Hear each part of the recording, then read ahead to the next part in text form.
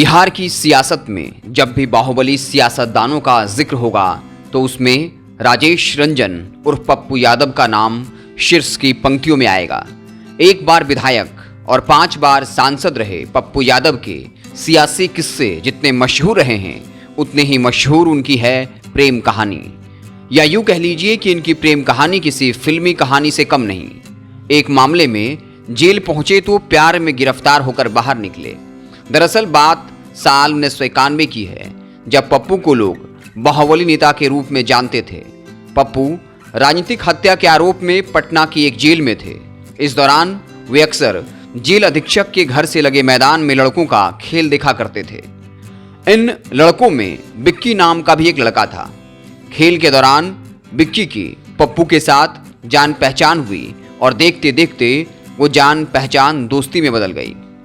इसी दोस्ती के चलते बिक्की ने एक बार पप्पू को अपनी फैमिली एल्बम दिखा डाली, जिसमें विक्की की बहन रंजिता की टेनिस खेलती हुई एक तस्वीर थी। हम तो फना हो गए उनकी आंखें देखकर गालिब, न जाने वो आईना कैसे देखते होंगे। गालिब का ये शेर पप्पू यादव की उस वक्त की स्थिति पर एकदम फिट बैठता है। रंजिता की उस तस्वीर को देखकर ही पप्पू अपना दिल हार बैठे और फिर शुरू हुई अपने प्रेम प्रस्ताव को लेकर रंजिता तक पहुंचने की लंबी कहानी। रंजिता उस समय टेनिस खेला करती थी। जेल से छूटने के बाद पप्पू अक्सर रंजिता की एक झलक पाने के लिए उनके पीछे जाया करते थे। पीछा करने का ये सिलसिला लगभग 3 सालों तक चला। पप्पू अक्सर काम काज छोड़कर रंजिता की एक झलक पाने उनके पीछे निकल पड़ते।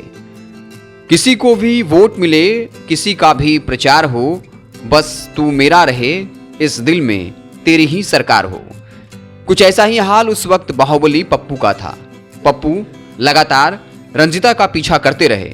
3 साल बाद रंजिता को जब इस बात का आभास हुआ तो उन्हें पप्पू का अपने पीछे आना रास नहीं आया। उन्होंने पप्पू यादव को कई बार ऐसा करने के लिए मना किया। पप्पू नहीं माने तो कड़े शब्दों में रंजिता ने इसका विरोध भी किया। एक बार तो रंजिता ने यहां तक कह दिया कि वे सिख हैं और पप्पू हिंदू, उनके परिवार वाले ऐसा नहीं होने देंगे। लेकिन पप्पू हार मानने वालों में से कहां थे, जिद पर डटे रहे।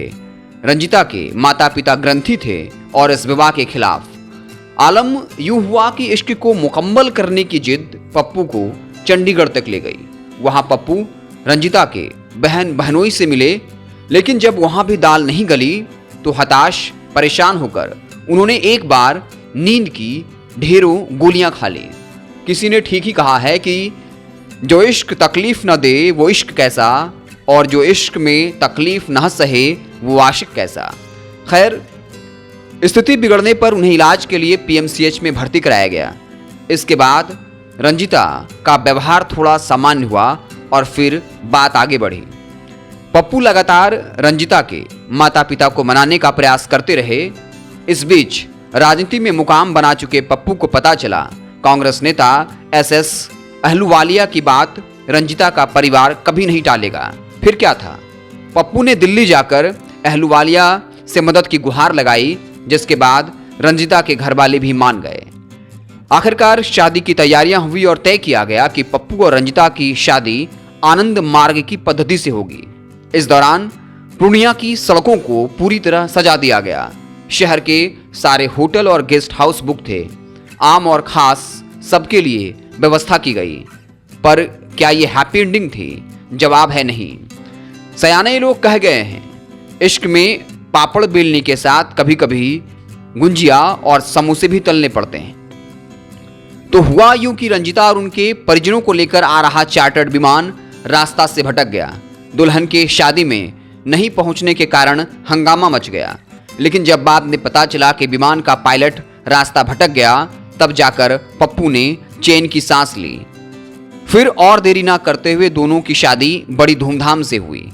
इस शादी में चौधरी देवीलाल, लालू प्रसाद, डीपी यादव और राज बब्बर भी शामिल हुए। आज भी उन दिनों की बातें याद करके पप्पू यादव का चेहरा खिल उठता है। प्रेमिका से पत्नी बनी और अब राजनीति में उनकी सहचर रंजिता रंजन के लिए पप्पू के पास सिर्फ सराहना के शब्द हैं।